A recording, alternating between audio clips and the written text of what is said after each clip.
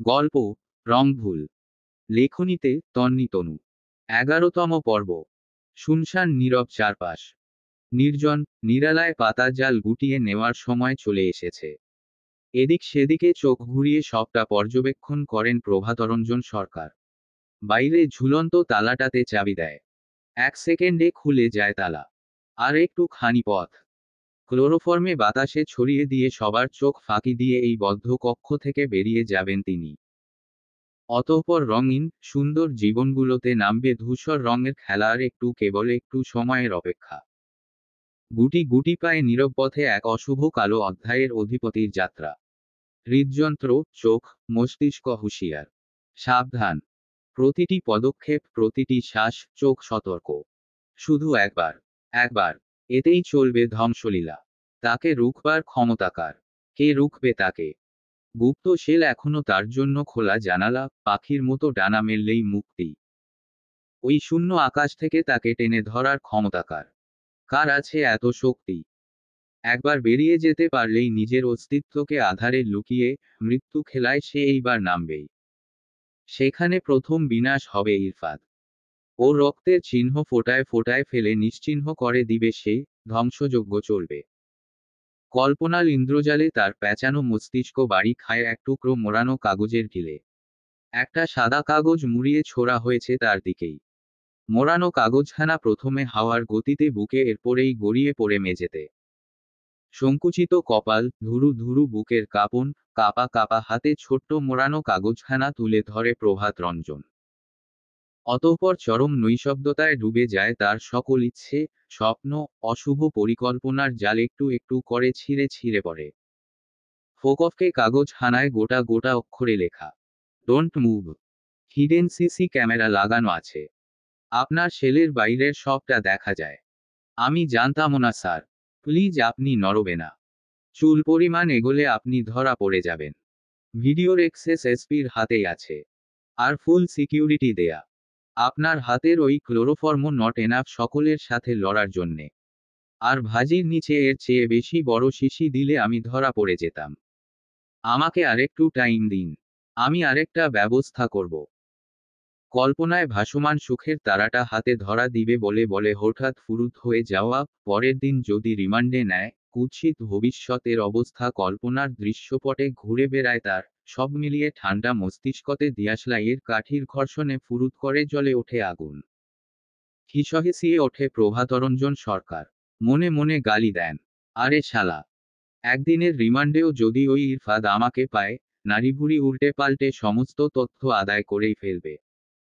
অদৃশ্যমান ব্যক্তিকে গুটি কয়েক গালি দিয়ে পিছিয়ে যায় প্রভাত রঞ্জন সরকার। সেলের ভেতরে নিজেকে তালাবদ্ধ করে অপেক্ষা করে নতুন সুযোগের। কল্পনায় ভাসমান পরিকল্পনা সে সার্থক করেই ছাড়বে। হয় আজ, নয় কাল, নয়তো পরের দিন। তপ্ত দুপুর, ফুরফুরে আকাশ, সূর্যটা আজ সাজালো। তপ্ত দুপুর বেলা বাড়ি ফেরে ইরফাদ। কঠিন তাপে কপালে বিন্দু বিন্দু ঘাম জমে এক কোণে বিড়বিড়িয়ে পড়ছে। অনামিকায় লেপ্টে কপাল মুছে নেয় ইরফাদ। সিনথিয়া ইভার সাথে হাতে হাতে কাজ করছে। ইরফাদের উপস্থিতিতে তার নিশ্চুপ, নীরব ঠোঁটজোড়ায় খেলছে খুশির ঝিলিক। লম্বা পা ফেলে ইরফাদ নিজের কক্ষের দিকে যায়। সিনথিয়া আর চোখে তাকিয়ে নিজের কাজ করে। কাচের স্বচ্ছ পানিপূর্ণ জগটা সিনথিয়ার হাত থেকে নেয় ইভা। মিষ্টি একটা হাসি দিয়ে বলে, তোমাকে না বলেছি হাতে যত কাজ থাকুক। বর ফিরলে তাকে আগে সময় দিবে। তার আশেপাশে থাকবে। মনে থাকে না?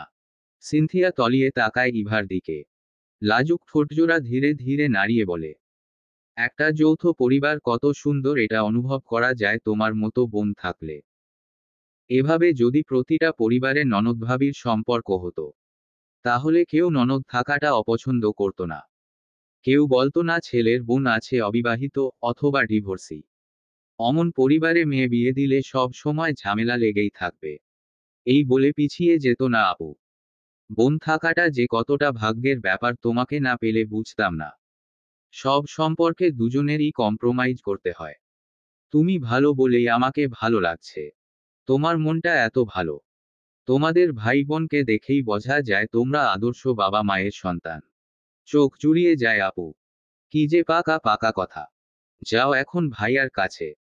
ছিমছাম পরিপাটি কক্ষে পরিচিত সুভাষ গন্ধে হৃদয় তলিয়ে নেওয়ার জন্য এতটুকুই যথেষ্ট। সিনথিয়া নিজের চুলগুলো হাতখোপা করতে করতে দ্রুত ভেতরে প্রবেশ করে। নরম ভেজা ভেজা সুভাষের সাথে ভেসে আসে হিমশীতল সেই গলা। খোলা চুলেই ভালো লাগে ম্যাডাম।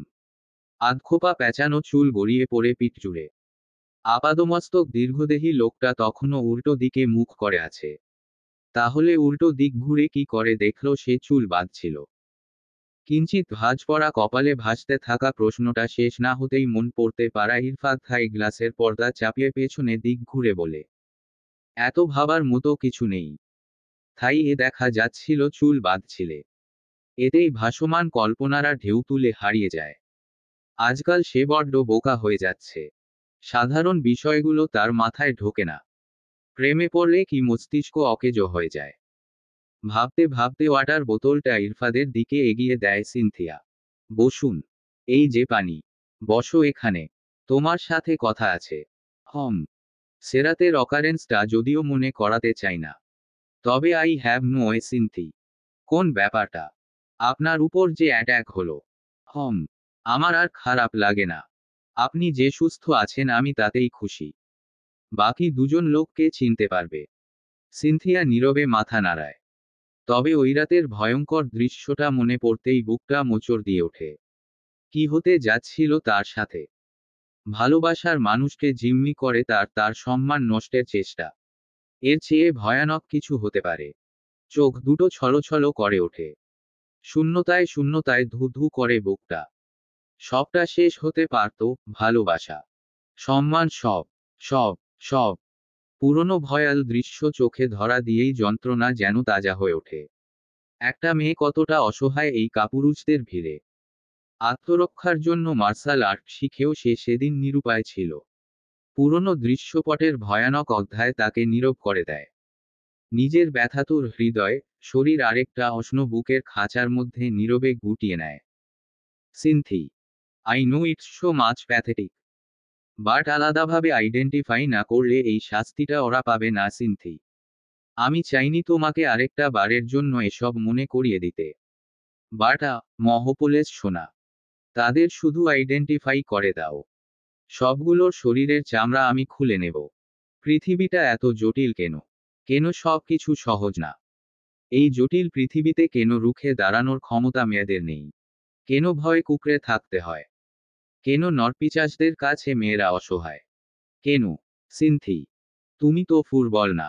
কেন সবগুলোকে শেষ করে দাওনি? জানটাই তো ওদের হাতে বন্দি ছিল। কি করতাম নিজের ওই দেহ নামক খাঁচাটা বাঁচিয়ে?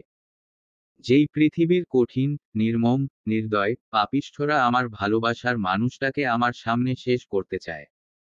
আমি কি করব? আপনাকে ছেড়ে বাঁচার ইচ্ছে আমার নেই। নেই তো।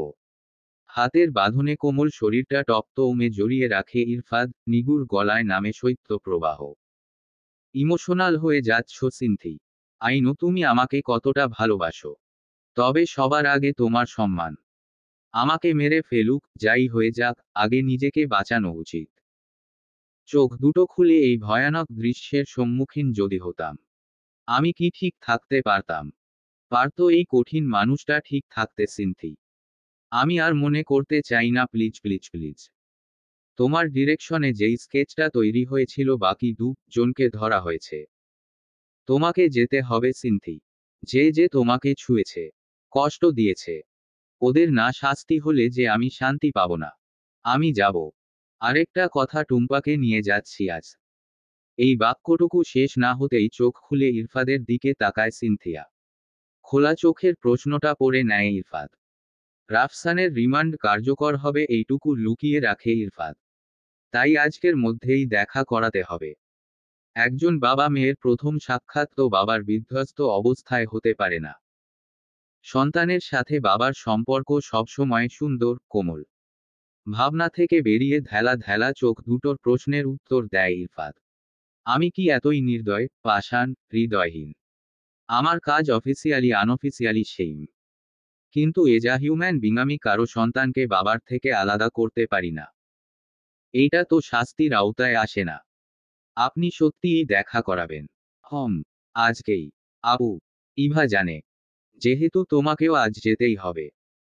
যখন টুম্পাকে দেখা করতে নিয়ে যাব তুমি ইভার সাথে থাকবে। টুম্পা অনেক ছোট, ওকে এভাবে একা নিয়ে দেখা করালে প্রেশার পড়তে পারে। কাঁদলে ইভা সামলাবে, তাহলে ইফেক্টটা পড়বে না। তবে তুমি ইমোশনাল হবে না, হলেও সামলে নিবে। কোনোভাবেই আমি বলার আগে ও যেন বুঝতে না পারে তুমি রাফসানের বোন। সিনথিয়া নীরবে মাথা নাড়ায়। সন্তান বাবার সাক্ষাতের প্রথম সাক্ষী হবে আলোয় উদ্ভাসিত কক্ষটা। ইরফাত তার সর্বোত্তম ব্যবস্থা করে রেখেছে। তবে সেই কক্ষ আপাতত অন্ধকারাচ্ছন্ন, আধারে ডুবানো। ইরফাদের কোলে ছোট্ট টুম্পা, বাচ্চাটির সাথে যতটুকু প্রয়োজন বলাই আছে। বাকিটা এখন ঘটবে। অন্ধকারাচ্ছন্ন কক্ষের দরজার নব মুচড়িয়ে কক্ষে প্রবেশ করে ইরফাদ।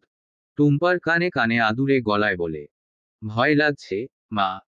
অন্ধকারাচ্ছন্ন কক্ষে চোখ বন্ধ করে রেখে ইরফাদের গলাটা আলতো করে জড়িয়ে ধরে টুম্পা। তারপর ভেঙে ভেঙে বলে, চোখ বন্ধ রাখলে তো তবে অন্ধকার মামাই। তুমি চোখ খোলনি বুড়ি। ওহু, তুমি যে বললে আমাকে আকাশের তালা এনে দিবে। তাই তালা দেখার আগে আমি কি তো দেখতে তাই না? বাস্তবতার ছিটেফোঁটা না বোঝা মেয়েটা কত খুশি। তবে পুরো বাস্তবতা বুঝতে পারা মানুষগুলোর বুকে শুধু দীর্ঘশ্বাস। এই হাহাকার, এই শূন্যতা, এই আফসোস কেবল ভুল পথে চলা একটা মানুষের জন্য। সে সহ আজকে এই মুহূর্তে আগুনে ভস্মীভূত হচ্ছে আরও কয়েকজনের হৃদযন্ত্র। ইরফাদ দীর্ঘশ্বাস ফেলে টুম্পাকে নামিয়ে দেয় মেঝেতে। নিজের দুপায়ের মাঝে দাঁড় করাই। পূর্ব পরিকল্পনা অনুযায়ী মুহূর্তেই কক্ষের এক কোণে জ্বলে ওঠে আলোকদ্যুতি। বন্ধ চোখেও সে আলো অনুভব করে টুম্পা। পাতলা অষ্টজোড়ায় রাজ্য জয়কারী হাসি। বাদশা মন তারা ছুতে পাওয়ার খুশিতে ডুবে আছে। ওষ্ঠজোড়ায় আলো ছড়িয়ে টুম্পা বলে, তারা খসে পড়েছে মামাই। ইস্পাত কঠিন হৃদয়ে যত তিক্ত অনুভূতিই থাকুক এই মুহূর্তে এসপি কেবল ছোট্ট বাচ্চাটার মামাই। শুধুই মামাই। তাই মেয়ের সাথে এই মুহূর্তে বাবার দেখা হওয়াটা সবচেয়ে স্পেশাল। সবচেয়ে স্পেশাল। ইরফাদের ইস্পাত কঠিন গলাটা এই মুহূর্তে কোমল। হ্যাঁ মা। চোখ খোলো। ছোট্ট বাচ্চাটা প্রবল খুশিতে চোখ জোড়া আঘাত করে খোলে। ঘন আঁখি পল্লবের ফাঁকে মেয়েটা দেখে অন্ধকারাচ্ছন্নে তলিয়ে থাকা রুমের শেষ প্রান্তে একটুখানি আলোকদ্যুতি। বাদশা মন ভেবে নেয় আকাশের তারাটা সত্যিই খসে পড়েছে। তুমুল উচ্ছ্বাসে মেয়েটা বন্য হরিণের মতো লাফিয়ে ওঠে। খুশিতে আত্মহারা হয়ে বলে ওঠে, ইয়ে হো। ওই মুহূর্তেই আলোকদ্যুতি ঢেকে উদীয়মান হয় এক মানব অবয়ব। আপাদমস্তক দীর্ঘ শরীরের চৌড়া পিঠ ঠেকায় সেই আলোকদ্যুতির সামনে। অবয়বের পিঠের পিছনে আলোকদ্যুতি সূর্যের মতো জ্বলছে। মুখটা এখনো আধারে ঢাকা। শুধু পিঠের পেছনে ভাগ থেকে সূর্যের তির্যক রশ্মির মতো আলো ছড়াচ্ছে। এক টুকরো আলোটা মানব অবয়বের পিঠে লেগে আবছা আলো পুরো কক্ষে ছড়িয়ে যায়। ছোট্ট মেয়েটা কিছুক্ষণ একদৃষ্টিতে তাকিয়ে থাকে সেই অবয়বের দিকে। অস্পষ্ট মুখটার দিকে তাকিয়ে থাকে টুম্পা। ছোট্ট হৃদয়টা শুধু বুঝতে পারে সময়ের সাথে অস্পষ্ট অবয়ব পরিষ্কার হয়ে ধরা দিচ্ছে। তার সাথে দূরত্ব কমছে ক্রমেই। তৎক্ষণাৎ টুম্পা চোখ ফিরিয়ে তাকায় ইরফাদের দিকে। পাতলা কোমল হাতটা ঠেলে দেয় ইরফাদের হাতের মুঠোয়। ইরফাদ হাঁটু গেড়ে বসে নিজের ওষ্ঠজোড়া টুম্পার কপালের কাছে নামিয়ে ছোট্ট করে হামি দেয়। আদুরে স্বরে বলে, তোমার জীবনের সুপারস্টার। তোমার জীবনের সুপার হিরো। তোমার পাপা। তৎক্ষণাৎ অন্ধকারাচ্ছন্ন কক্ষ জ্বলে ওঠে আলোতে। লাল নীল রঙের ধোঁয়া গোল গোল পাকিয়ে ঘুরতে থাকে। আলোয় আলোয় ভাসতে থাকে কক্ষ। কক্ষ জুড়ে ঝিলমিল বেলুনের উড়াউড়ি, মেঝে ভর্তি বেলুনে ভাসানো। সেই বেলুনে ভাসানো পথ সাঁতরে ছুটে আসছে রাফসান। হৃদয়ের রক্তক্ষরণ দমাতে ছুটে আসছে এক ছোট্ট রাজকন্যার বাবা। একজন বাবা। সে শুধুই বাবা। আবছা আলোর শেল। সেখানে আরেকটা মোড়ানো চিরকুট। মোড়ানো চিরকুট মেলে ধরে প্রভাতরঞ্জন সরকার। সেখানে গোটা গোটা অক্ষরে লেখা, রেডি থাকবেন স্যার।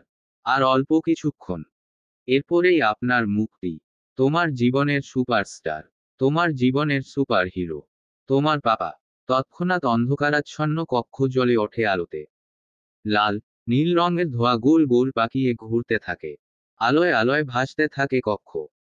কক্ষ জুড়ে ঝিলমিল বেলুনের উড়াউড়ি, মেঝে ভর্তি বেলুনে ভাসানো। সেই বেলুনে ভাসানো পথ সাঁতরে ছুটে আসছে রাফসান। হৃদয়ের রক্তক্ষরণ দমাতে ছুটে আসছে এক ছোট্ট রাজকন্যার বাবা। একজন বাবা। সে শুধুই বাবা। হাঁটু অবধি বেলুনে ভাসানো, কুণ্ডলি পাকানো লাল নীল রঙের ধোঁয়া ঠেলে ভেঙ্গে ভেঙ্গে পা ফেলে রাফসান স্বপ্নের ছোট্ট রাজকন্যার দিকে কোমল চোখে তাকিয়ে থাকে, যেন তার চোখের সামনে আসমান থেকে টুপ করে পড়ল জীবন্ত পরী, খসে পড়ল রূপালী চাঁদ, তার সাত রাজার ধন, তার সোনামণি। বলিষ্ঠ শরীরটাতে এই মুহূর্তে রাজ্যের দুর্বলতা, এইটুকু দূরত্ব ঘোচানোর শক্তিও সর্বশরীর থেকে উধাও। দুচোখের পল্লব ভারী হচ্ছে যন্ত্রণায়, বুকটা তো আগে থেকেই পাহাড়সম ভারী। দুর্বার হৃদয়ের দহন আর কম্পমান হাত পা নিয়ে বেলুনগুলো সরিয়ে সরিয়ে সামনের দিকে এগিয়ে আসে রাফসান। আকস্মিক নতুন জগতে আবির্ভাবে পিছু হাঁটে টুম্পা। ইরফাদের হাতের মধ্যে ঠেলে দেয় হাত, পরক্ষণেই জড়িয়ে ধরে গলা।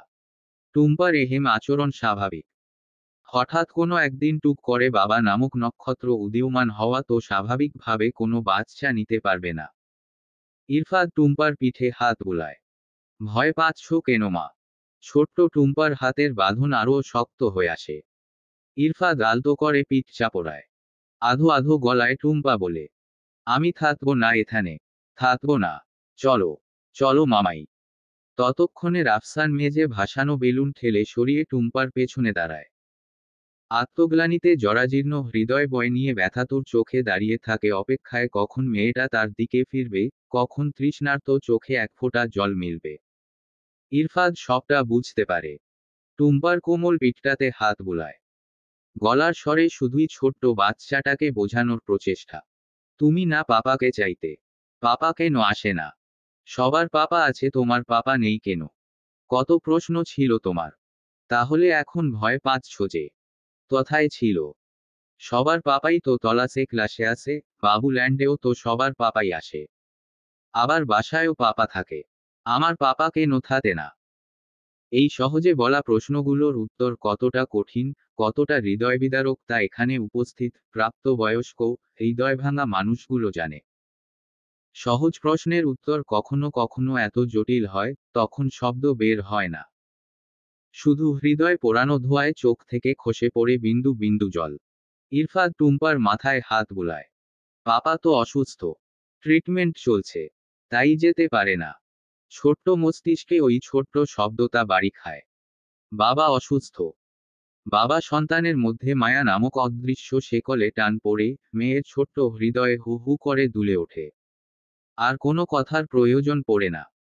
ঝড়ো হাওয়ার গতিতে পেছনে ঘুরে টুম্পা।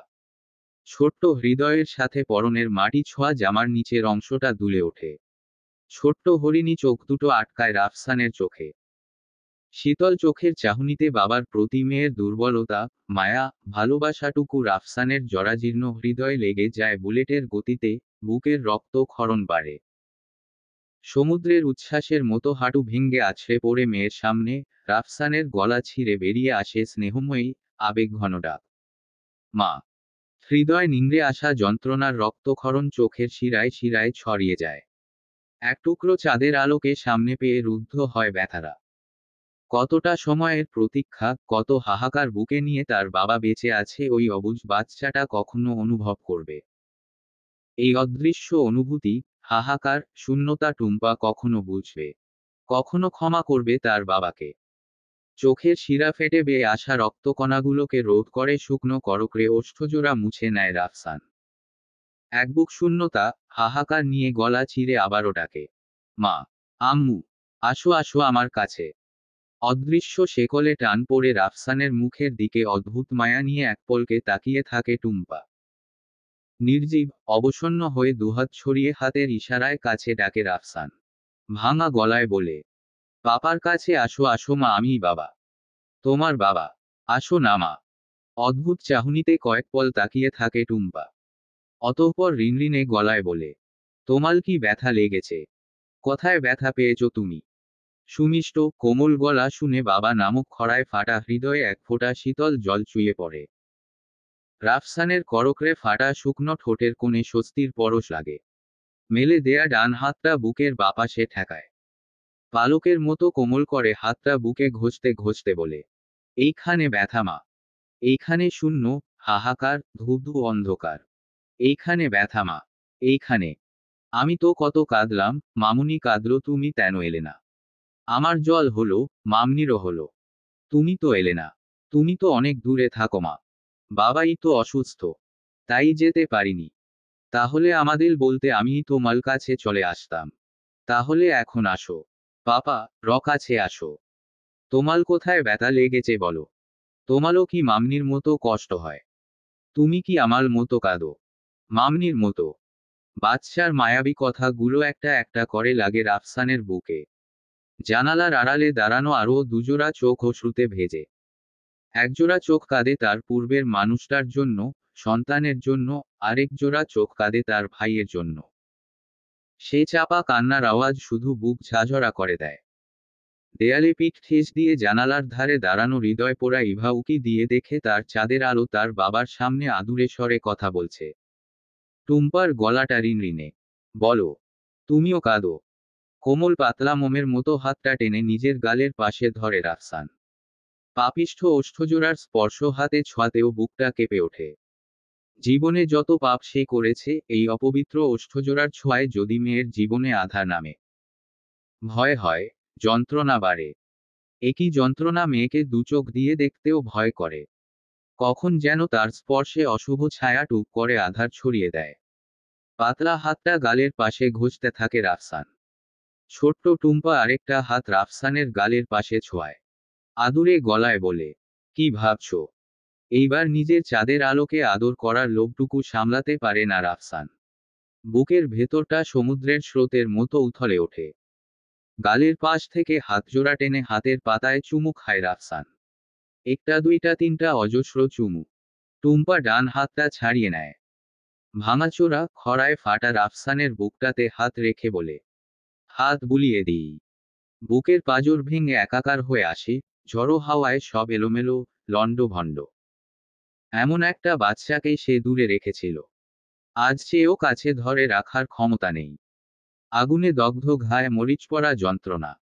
এক ঝটকায় দুহাতে মেয়েকে পাঁজরে মিশিয়ে নেয় রাফসান। চুল ভর্তি মাথা, কপাল, চোখ মুখে অজস্র চুমুতে ভাসিয়ে দেয়। মেয়েকে পাঁজরে মিশিয়ে নিয়ে রক্তচক্ষু ভাঙা গলা ছিঁড়ে ছিঁড়ে বলে, এত আদর করে কথা বলিস না শোনা। তোর দূরত্ব, তোকে দেখার তৃষ্ণায় ধুকে ধুকে মরব আমি। কথাটুকু জানালায় উকি দেয়া ভাঙাচোরা হৃদয়ের ইভা ঠিকই অনুভব করে। পৃথিবীটা কেন সহজ নয়।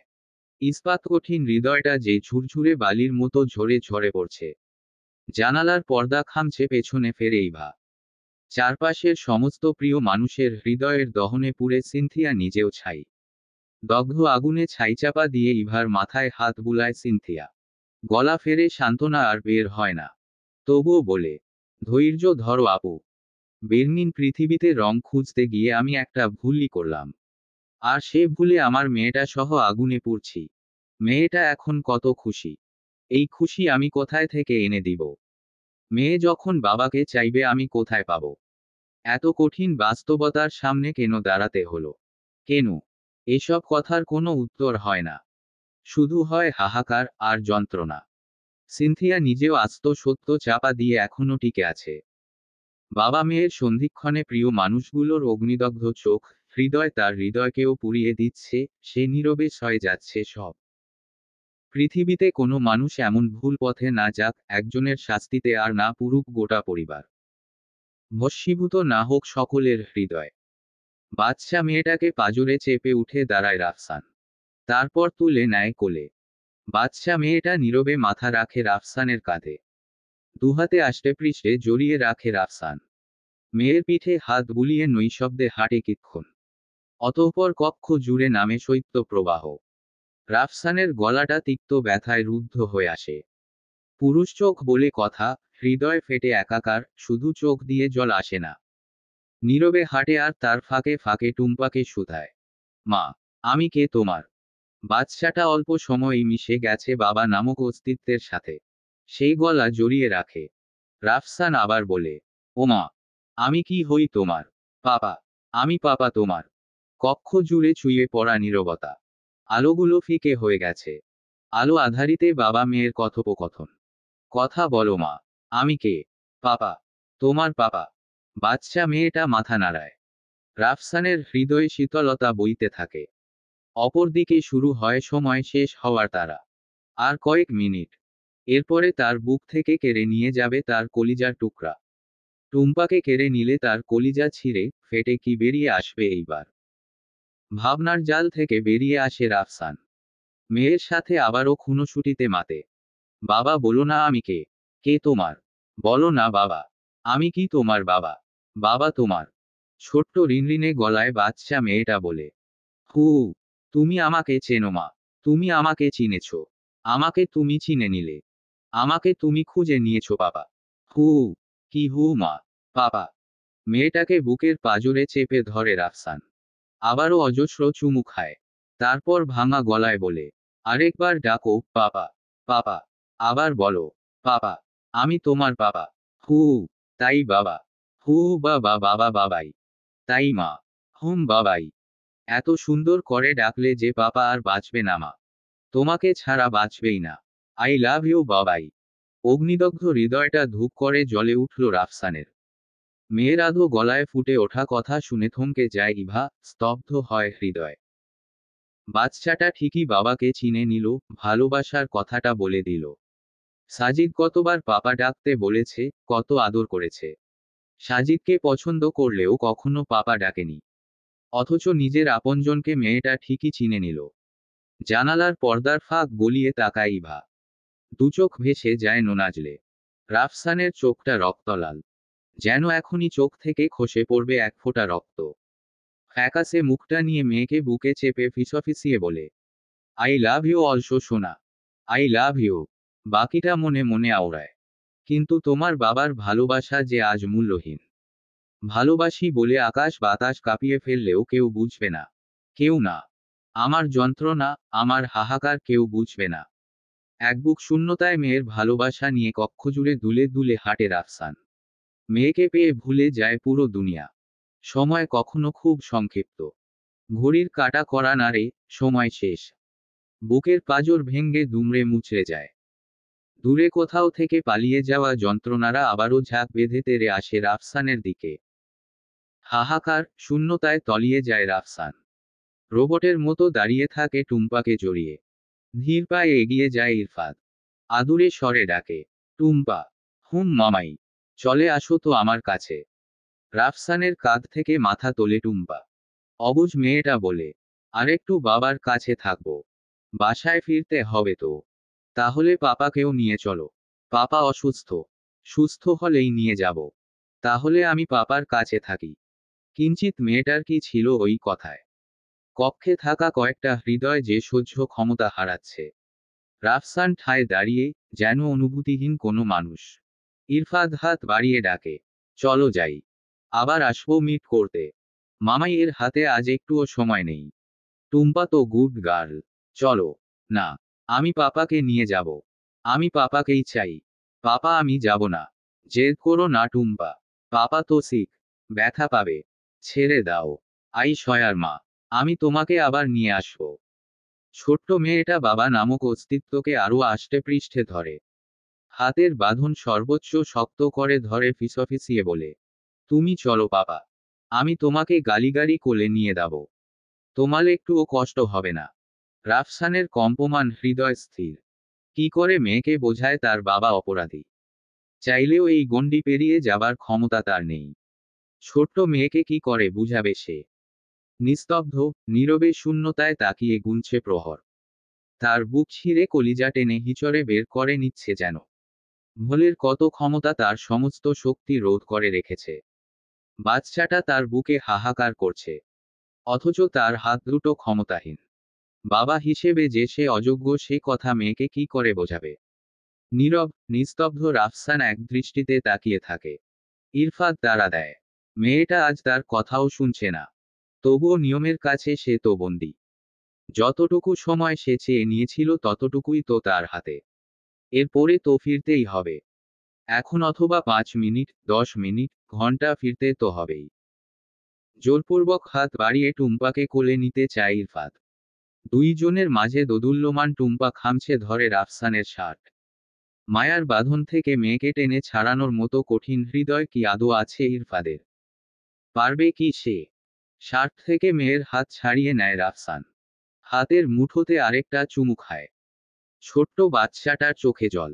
রাফসান নৈশব্দে মোছে মেয়ের ভেজা চোখ দুটো। অতঃপর আরেকবার কোলে তুলে নেয়। পিঠে হাত বুলিয়ে দেয়। আর হাতের ইশারায় ইরফাদের থেকে চেয়ে নেয় কয়েকটা মিনিট। জাস্ট কয়েকটা মিনিট। মেয়েটা কাঁদছে। Request, please. ইরফাদের নীরব সম্মতি। কক্ষ জুড়ে নামে আধার। এক বুক ভালোবাসা, সাথে হাহাকার। শূন্য বুকটাতে মেয়েকে মিশিয়ে নেয় রাফসান। মেয়ের মাথায় হাত বুলিয়ে গায়। লক্ষ্মী সোনা, আদর করে দিচ্ছি তোকে। লক্ষ চুমু, মায়া ভরা তোরই মুখে। কলিজা তুই আমার। তুই যে নয়নের আলো। লাগে না তুই ছাড়া। লাগে না তো যে ভালো। রূপকথা তুই তো আমারই। জীবনের চেয়ে আরো দামি। তুই আমার জীবন, তুই ছাড়া মরণ। তুই যে আমারই সাত রাজারও ধন। কলিজা তুই আমার। তুই যে নয়নের আলো। লাগে না তুই ছাড়া। লাগে না তো যে ভালো। রূপকথা তুই তো আমারই। জীবনের চেয়ে আরো দামি। তুই চাঁদের কণা, তুই ছানাবোনা। তুই যে আমারই, সব সুখেরই ক্ষণ। কলিজা তুই আমার। তুই যে নয়নের আলোহী। লাগে না তুই ছাড়া। লাগে না তো যে ভালো। রূপকথা তুই তো আমারই। জীবনের চেয়ে আরো দামি। রাফসানের হাতের আদুরে চাপড়ে চাপড়ে ঘুমিয়ে যায় টুম্পা। হুহু শূন্যতায় নীরব, নিস্তব্ধ হয়ে দাঁড়ায় রাফসান। সময় শেষ। এবার কেবল দূরত্বের শুরু। রাফসানের বুকের পাঁজর থেকে টুম্পাকে টুপ করে সরিয়ে নিজের কোলে নেয় ইরফাদ। সহসাই রক্তচক্ষু থেকে খসে পড়ে এক ফোঁটা নোনাজল। এক বিন্দু নোনাজল যেন বুকের তাজা রক্ত। এলোপাথারি ঝড়ে টালমাটাল রাফসান। বিন্দু বিন্দু জলে ভিজছে বুক। এক পা দু পা করে বাড়ছে মেয়ের সাথে দূরত্ব। বুকের খাঁচা থেকে কিছু যেন আস্তে আস্তে নাই হয়ে যাচ্ছে। নাই হয়ে যাচ্ছে সব। চোখ মুখ শক্ত করে দাঁড়ায় রাফসান। এই ঝড় যে তাকে লণ্ডভণ্ড করে দিচ্ছে। টিকতে দিচ্ছে না। সমুদ্রের উত্তাল ঢেউয়ে মাঝ সমুদ্রে ভাসছে সে। ঝড়ের তাণ্ডবে বেকুল রাফসান বন্ধ চোখে একটা লম্বা শ্বাস ফেলে। সহ্যের সীমানা পেরিয়ে যায়। অতঃপর তিক্ত গলা ফেরে বলে, আপনার রিভলভারের একটা বুলেট যথেষ্ট আমার কষ্ট কমানোর জন্য। Please shoot me sir. Shoot me. রাফসানের হাতের আদুরে চাপড়ে চাপড়ে ঘুমিয়ে যায় টুম্পা। হুহু শূন্যতায় নীরব, নিস্তব্ধ হয়ে দাঁড়ায় রাফসান। সময় শেষ। এবার কেবল দূরত্বের শুরু। রাফসানের বুকের পাঁজর থেকে টুম্পাকে টুপ করে সরিয়ে নিজের কোলে নেয় ইরফাদ। সহসাই রক্তচক্ষু থেকে খসে পড়ে এক ফোঁটা নোনাজল। এক বিন্দু নোনাজল যেন বুকের তাজা রক্ত। এলোপাথারি ঝড়ে টালমাটাল রাফসান। বিন্দু বিন্দু জলে ভিজছে বুক। এক পা দু পা করে বাড়ছে মেয়ের সাথে দূরত্ব। বুকের খাঁচা থেকে কিছু যেন আস্তে আস্তে নাই হয়ে যাচ্ছে। নাই হয়ে যাচ্ছে সব। চোখ মুখ শক্ত করে দাঁড়ায় রাফসান। এই ঝড় যে তাকে লণ্ডভণ্ড করে দিচ্ছে। টিকতে দিচ্ছে না। সমুদ্রের উত্তাল ঢেউয়ে মাঝ সমুদ্রে ভাসছে সে। ঝড়ের তাণ্ডবে বেকুল রাফসান বন্ধ চোখে একটা লম্বা শ্বাস ফেলে। সহ্যের সীমানা পেরিয়ে যায়। অতঃপর তিক্ত গলা ফেরে বলে, আপনার রিভলভারের একটা বুলেট যথেষ্ট আমার কষ্ট কমানোর জন্য। Please shoot me sir. Shoot me. আত্মগ্লানিতে জরাজীর্ণ ভেঙে পড়া হৃদয়ের ব্যথাতুর অনুভূতি ইস্পাত কঠিন এসপির হৃদয় ছুঁতে পারে না হয়তো। তবে জানালার পর্দার আড়ালের অব্যর্থ ভালোবাসা নামক ক্ষত বয়ে বেরানো হৃদয়ে ঠিকই বুলেটের মতোই ধাক্কা খায়। ইভার চোখ ছুঁয়ে নীরব উষ্ণ জল ঠিকই গলা বয়ে যায়। মনটা আফসোসের সুর ধরে, বের্নিন ধূসর পৃথিবীতে ভুলগুলো শোধরানোর পথ রাখুক, আলো হওয়ার পথ রাখুক, অন্ধকারে তলিয়ে যাওয়ার মতো ভুল পথে কেউ না যাক, ফিরে আসার পথ না থাকলে কেউ অনুতপ্ত না হোক। ইভার কোমল হৃদয় ইলশে গুড়ি বৃষ্টির মতো ভিজলেও ইস্পাত কঠিন এসপি ঠিকই তার জায়গায় স্থির। এমন আবেগঘন জায়গায় ঠায় দাঁড়িয়ে গুরুগম্ভীর ইরফাদ কাঠ কাঠ গলায়, listen. I didn't come here to hear your emotional talk. Stop your emotional drama. রক্তচক্ষু দুটো আকস্মাৎ থমকে যায় রাফসানের। আজ সে কোনো নাটক করেনি। আজ সে সত্যিই ভারাক্রান্ত, ক্লান্ত, অবসন্ন। কিন্তু তার এই হৃদয়ের রক্তক্ষরণ মূল্যহীন। এ কেবল ইমোশনাল ড্রামা। সত্যিই ড্রামা। দেয়ালে পিঠ ঠেকিয়ে ভাবনার জগতে ডুবে যায় ইভা। কি নিদারুণ অনুভূতি। কি নির্মম পরিহাস। অনুতপ্ততায় ছিন্নভিন্ন, ফারাক চেরা, ভগ্ন হৃদয়ের মানুষটা আজ সব কষ্ট থেকে মুক্তি চায়। তবে এই আকাশ ছোঁয়া আফসোস আর যন্ত্রণা দিয়ে এই মানুষটা তাকে পথে একা ফেলেছিল, একা। সেদিন তার পাপিষ্ঠ হৃদয় একবারও কাঁপেনি। তবে সেদিনের কঠিন, পাষাণ হৃদয়ের মানুষটার অনুতপ্ততায় তার হৃদয় ঠিকই পুড়ছে, ঠিকই জ্বলছে। এই মুহূর্তে এক ছুটে গিয়ে আছড়ে পড়তে ইচ্ছে করছে, ছুঁড়ে ফেলতে ইচ্ছে করছে জমানো প্রশ্নগুলো। প্রতিশোধ কি ভালোবাসার চেয়েও বড় ছিল? ভালোবাসার কি কোনোই মূল্য নেই? কেন তাকে ছুঁড়ে ফেলেছিল সেদিন? কেন ফিরে তাকায়নি? সবচেয়ে নিদারুণ যে ব্যথা সে বয়ে বেড়ায়, যে প্রশ্নটা তাকে জ্বালিয়ে মারে, তার তো ছুটে গিয়ে একটা প্রশ্নই করতে ইচ্ছে করছে, ভুল করেও কি কখনো আমাকে মনে পড়েনি? সব ছেড়ে ছুড়ে যে মেয়েটা তোমাকে সবটা দিল, তাকে পথে একা ছাড়তে তোমার হৃদয় কাঁপেনি? যখন অন্যের বেলায় তোমার হৃদয় কাঁপল না, তাহলে আজ নিজের বেলায় কেন এত ভঙ্গুর? অন্যের কষ্ট কখনো ছুঁয়ে দেখলে না, অথচ নিজের ব্যথা অন্যকে বুঝাতে একদিনেই অস্থির। মরিয়া হয়ে উঠলে। কি অদ্ভুত পরিহাস! কি অদ্ভুত জীবন! কষ্ট বয়ে বেড়ানো মানুষগুলোর মনে হয় কষ্টটাই সঙ্গী, আমার কষ্টগুলো আমার, আবার তোমার কষ্টগুলো আমার। ভালোবাসা কত অদ্ভুত, আমার যন্ত্রণা আমাকে পোড়ায়, আবার তোমার যন্ত্রণাও আমাকেই পোড়ায়। আমার ঘুমহীন চোখ, আগুনে দগ্ধ হওয়া হৃদয়, বুকের মধ্যে আস্ত দাবানল তোমাকে স্পর্শ করে না। দেয়ালের ওপার থেকে ভারাক্রান্ত, ক্লান্ত গলার আফসানের অনুতপ্ততার পর অন্ধকার ভবিষ্যৎ। আর সে অন্ধকারাচ্ছন্ন পথের ঠিক শেষ প্রান্তে একটা ফুটফুটে কন্যা সন্তান। মাঝখানে অদৃশ্য ব্যারিকেড। এক পাপিষ্ঠ বাবার শাস্তির স্বরূপ এইটুকুই যথেষ্ট। সত্যিই নিজের যন্ত্রণা অন্যের কাছে কেবল গল্প।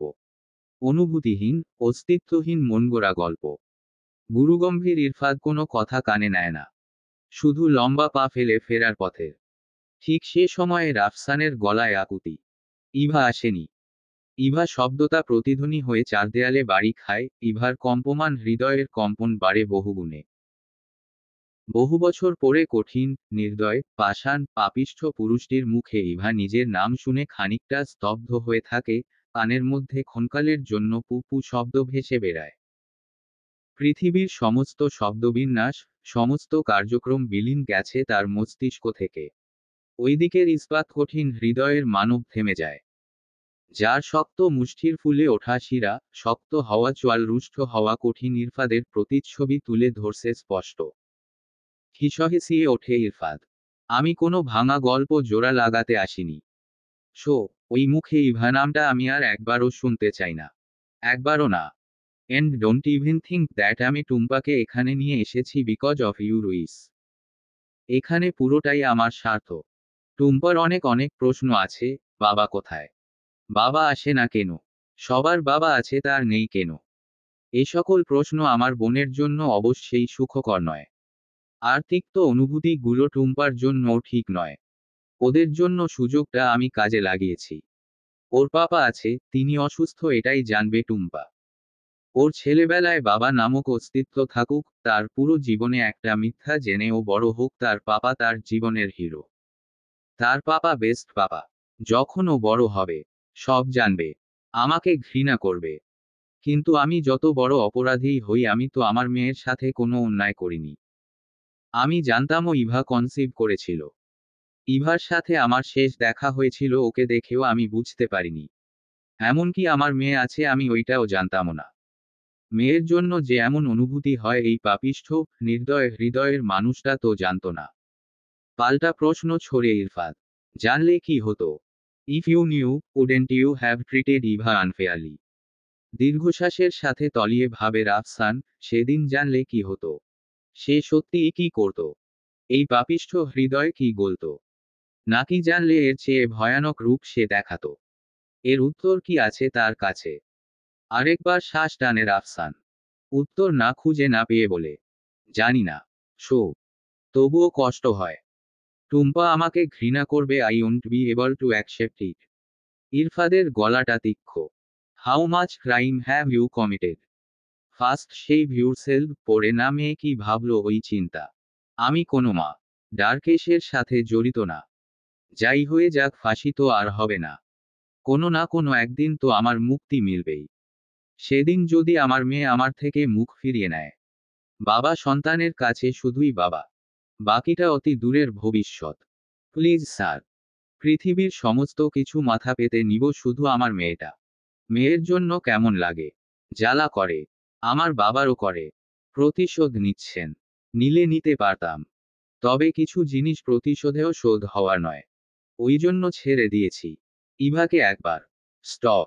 Don't cross your limit. Don't cross. ইরফাদের গলায় অগ্নিঝরা বাক্য। ধুক ধুক করে কাঁপছে ইভার বুক। নির্দয় পাষাণ লোকটার তার কথা মনে আছে। তার কথা ভেবেছে। কি জানতে চায় তার সম্পর্কে। বেঁচে আছে কি না। যখন ছুঁড়ে ফেলে গিয়েছিল তখন হৃদয় কাঁপেনি। তৎক্ষণাৎ এক হাতে টুম্পাকে বুকের সাথে লেপ্টে নিয়ে অন্য হাতে দরজার নব ঘুরায় ইরফাদ। ঠিক সে সময়ে পর পর জোরপূর্বক কথা বলে রাফসান। ইভার সাথে অনেক অনেক অন্যায় করেছি আমি। ও ক্ষমা না করুক। আমি জানি আমি ক্ষমার অযোগ্য, তবুও একবার ওর সম্মুখীন হতে চাই। একবার। ক্ষমা চাওয়ার সুযোগটা কি নেই আমার। পুরো কথাটা অগ্রাহ্য। উপেক্ষা করে ইরফাদ। হনহনিয়ে দরজা টেনে পা ফেলে বাইরে। পেছনে থেকে রাফসানের আকুতি। আমার মেয়েটাকে আরেকবার দেখতে দিবেন। প্লিজ। ইস্পাত কঠিন হৃদয়ের মানুষটা আর কিছুই শোনে না। শুধু তার কাজে অবিচল থাকে। ঠিক সে সময়ই অনেকক্ষণ ধরে চেপে রাখা কথাটা বলেই ফেলে রাফসান। সিনথি কেমন আছে? আমার বোনটাকে একটু দেখতে চাই। চোখ মুখ শক্ত করে দাঁড়ায় ইরফাদ। পিছু ফিরে হাতের আঙ্গুল নাড়িয়ে তীক্ষ্ণ গলায় বলে। ডন্ট। তৎক্ষণাৎ একপাশের জানালার পর্দা হালকা একটু দুলে ওঠে।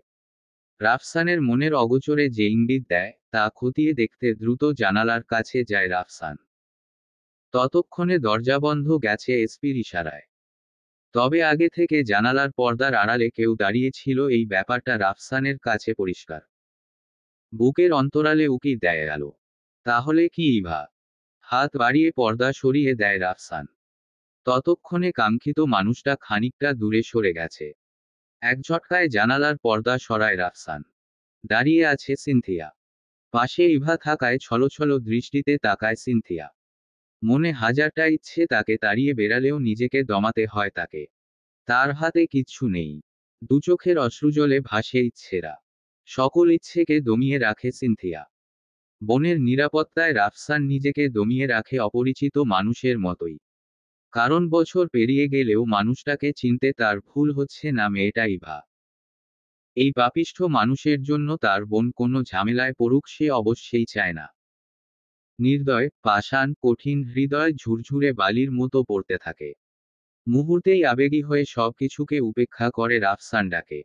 ইভা। মেয়েটা কয়েক বছরের হাজারো তিক্ততায় অশ্রুতে ভাসে, তবে একবারের জন্য পিছু ফেরে না। জানালার গ্রিলে খামচে ধরে আবারও ডাকে রাফসান। ইভা। আমি জানি তুমি ইভা। সিনথিয়াকে এক বাহুডোরে আবদ্ধ করে ইভা। অতঃপর সমস্ত রাগ অভিমানে পেছনের আপাদমস্তক মানুষটা সহ তার ডাকটুকুকে উপেক্ষা করে হাঁটতে থাকে ইভা।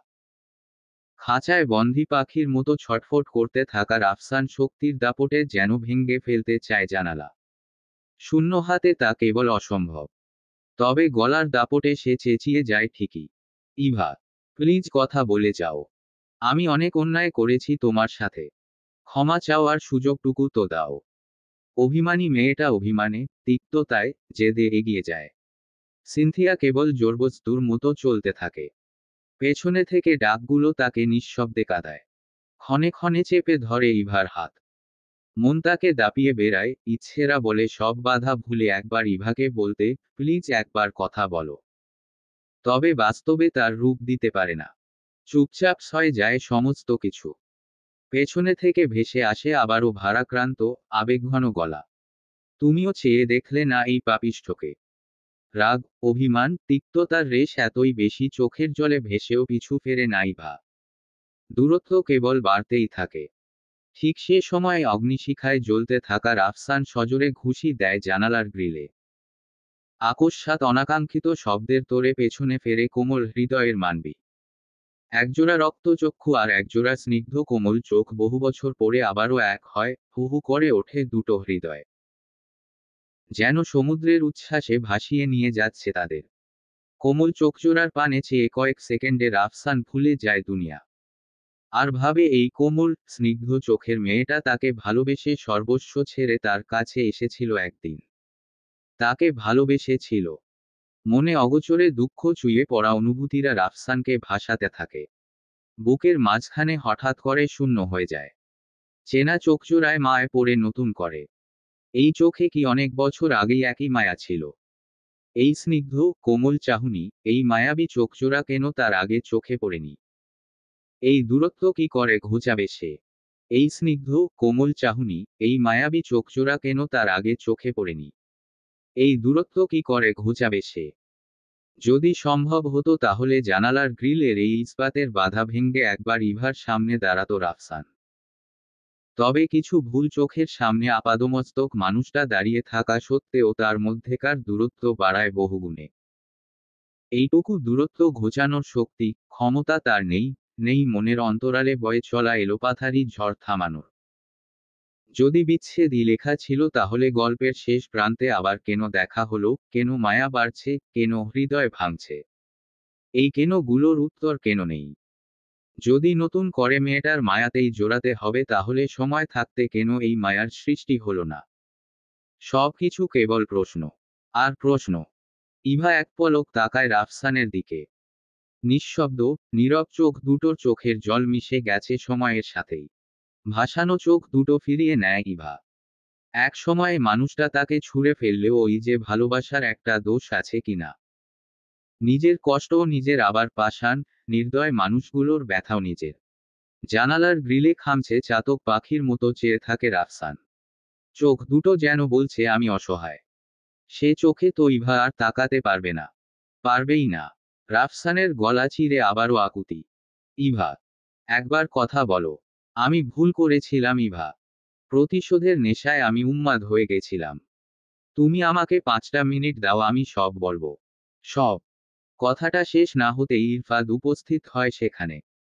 মুখোমুখি ইভা আর রাফসানের দেখা হওয়াটা মোটেও সহজভাবে দেখছে না সে, আর এটাই স্বাভাবিক। রোগচোটা গলা ফেরে ডাকে ইরফাদ। ইভা। এই ছোট্ট শব্দ, আর তীক্ষ্ণ গলার স্বরে ইভার হৃদযন্ত্র থেমে যায় নুনুসেকেন্ড।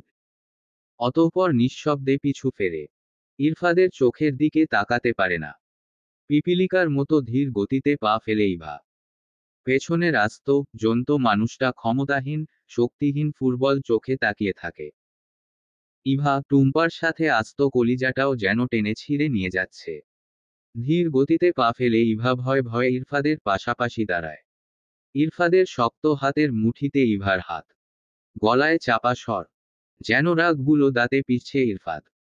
এই জন্য নিয়ে এসেছিলাম তোকে। ভয় ভয় ইভার আত্মা কাঁপছে, ইচ্ছে করে সে পিছু ফেরেনি, এই সত্যটুকু বলার সাহসও নেই। তবে অগ্নিমূর্তি ধারণকারী ইরফাদ কঠিন গলায় বলে, আর একবারও নিয়ে আসবো না। পুরো বিষয়টা অন্যদিকে ঘুরে যাওয়া অবস্থা দেখে সিনথিয়া বলে ওঠে, আপুর দোষ নেই। আপু তো। ইস্পাত কঠিন হৃদয়ের মানুটা হিসহিসিয়ে ওঠে। তার স্বরে শোনা যায় শশস শব্দটাই। অতঃপর ইভার হাতটা শক্ত হাতে ধরে টেনে নিয়ে যায় ইরফাদ। পেছনে থেকে এক পাপিষ্ঠ হৃদয় অনুতপ্ততার দহনে পুড়ে ছাই হতে থাকে। অদৃশ্য টানে কিছু একটা ইভাকে স্থির থাকতে দেয় না। রাস্তা ফুরিয়ে যায়। মনটা ঠিকই একবার পিছু ফিরে তাকানোর কথা বলে। তবে পূর্ববর্তী দিনের প্রতিচ্ছবির তিক্ততা তাকে পিছু ফিরতে দেয় না। অনলে জ্বলা জ্বলন্ত তরপাতে থাকা মানুষটাকে পিছনে ফেলে ইরফাদের সাথে সে জায়গা ত্যাগ করে ইভা। পেছনের চাতক পাখির মতো দুটো চোখ, দগ্ধ হওয়া হৃদয় ইভার শেষ পদচিহ্ন পর্যন্ত চেয়ে থাকে। তবে মেয়েটা আর পিছু ফেরে না। ফেরেই না। সিনথিয়াকে যে কাজে নিয়ে এসেছিল ইরফাদ কাজ শেষ করে ঘুমন্ত টুম্পাকে বুকের মধ্যে রেখেই গাড়িতে ওঠে। পেছনে বসে ইভা। সিনথিয়া পাশে বসতে চাইলেও ইভা তাকে বাধা চাপা স্বরে বলে, কোনো কারণেই বরের থেকে দূরত্বে থাকবে না। ভাইয়ার কাছে বসো। তুমি একা বসবে। মৌকে ঠেলে ঠুলে সিনথিয়াকে সামনে দিকে পাঠায় ইভা। ইরফাদ তখনও শক্ত চোখ মুখ নিয়ে বসে আছে। ইভা ধীর গলায় বলে, ভাইয়া। কোনো উত্তর দেয় না ইরফাদ। ইভা বুঝতে পারে ইরফাদের নীরব থাকার কারণ। ভয় ভয় তবুও বলে, তুমি যা ভাবছো এমন কিছু না। ইরফাদ স্টিয়ারিং ঘুরায়, নীরবে সামনের দিকে তাকিয়ে থাকে ইরফাদ। ইভা আবারও বলে, তোমাকে কষ্ট দিয়ে কিচ্ছু করার ইচ্ছে আমার নেই। আমি আমার প্রিভিয়াস লাইফটা ভুলিনি। আমি তোকে বলেছিলাম ওর ফেস টু ফেস হতে। ট্রাস্ট মি ভাইয়া। আমি শুধু টুম্পাকে দেখার জন্য জানালা খুলেছিলাম। আর তুমি যেটা দেখছো, কোনো এক্সপ্লেনেশন চাচ্ছি না। এরপরে তুই আর আসবি না। এরপরেই ইরফাদের ফোনটা মৃদু কেঁপে ওঠে। এরপর, স্যার, জাবির বলুন, থানায় একজন মেয়ে এসেছে। খুব জেদ দেখাচ্ছে আপনার সাথে দেখা করার জন্য। দেখা না করে যাবেই না। এইটা কি জেদের জায়গা? আপনারা কি করছেন? উনি রায়হান রাফির মিসেস। তো ওনার জেদের জন্য কি রাফির জামিন হয়ে যাবে? নাকি ওনার সাথে দেখা করানো হবে? কোনটা? স্যার, বিষয়টা একটু আলাদা। তিনি তার হাজব্যান্ডের সাথে দেখা করতে আসেননি। এসেছেন আপনার ওয়াইফের সাথে দেখা করতে। বুঝলাম না। আমি যতটুকু বুঝেছি তিনি আর ম্যাডাম মনে হয় ফ্রেন্ড ছিল। আগের কেসের জন্য দুই জনের মধ্যে ঝামেলা হয়েছে। আই মিন রাফির জন্য ম্যাডাম তো এক সময় থানায় ছিলেন। তো রায়হান রাফির চাচা ম্যাজিস্ট্রেট। উনি একটা কলও করেছেন আমাকে। মেয়েটা খুব ইনোসেন্ট। হাজব্যান্ড বিয়ের পরেই উধাও। এখন আবার অপরাধীর লিস্টে নাম। রায়হান রাফির জন্য বন্ধুত্ব ছিন্ন করে তিনি অনুতপ্ত। বাসায় খুব পাগলামি করে। মানাতে না পেরে আর কি আমাকে কল দিয়েছেন ওনার চাচা শ্বশুর। আপনি যদি একটু মেয়েটার সাথে কথা বলতেন।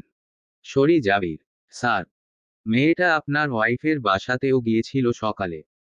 এতটুকু শুনে ইরফাদ সিনথিয়ার উদ্দেশ্যে বলে, বাসা থেকে কল দিয়েছিল তোমাকে? নিজের ছোট্ট হ্যান্ড ব্যাগের জিপার খুলে ফোন চেক করে। 5টা মিসড কল দেখে চোখ বড় বড় করে সিনথিয়া। অনেকবার দিয়েছে তো। ফোন তো সাইলেন্ট ছিল। বলেই কল ব্যাক করে সিনথিয়া। ইরফাদ সাথে সাথে বলে, ডোন্ট। সিনথিয়া কল কেটে দেয়। ইরফাদ আবার জাবিরের সাথে কথা বলে, সব বুঝলাম। কিন্তু সিনথিয়া আমার কাছে আছে তিনি কি করে জানলেন? বউ আপনার, এমন কথা কি আর চাপা আছে? এসপির বউ বলে কথা, সবাই জানে। তবে আরেকটা কথা বলি, রেজিস্ট্রিটা দ্রুত করে ফেলুন স্যার। শত্রুর তো অভাব নেই। কখন যেন আঙুল তোলে। আজকালের মধ্যেই সেরে ফেলি তাহলে। শুভ কাজে দেরি করতে নেই স্যার। স্যার, এদিকটা কি করব? বলুন পরে কথা হবে। Okay sir. পুরো কথাতেই ইরফাদের মুখপানে তাকিয়ে থাকে সিনথিয়া। কথা শেষ হতেই প্রশ্ন করে, কি হয়েছে? আমাদের রেজিস্ট্রি করা দরকার। বেশি লেট হয়ে যাচ্ছে। কথাটা আনন্দের হলেও বুকের মধ্যে মুচড়ে ওঠে সিনথিয়ার। তার ভালো থাকাটা মনে হয় শেষ হয়ে এলো। সবাই জেনে যাবে এইবার তার পরিচয়। এরপর এরপর সব সত্যিই এমন থাকবে। আতঙ্কের ভেলায় ভাসতে থাকা সিনথিয়ার কোমল হাতের উপর হাত রাখে ইরফাদ। চোখে চোখে কথা হয়, কি হয়েছে? মাথা দুলিয়ে নীরবে সিনথিয়া বলে, কিছু না।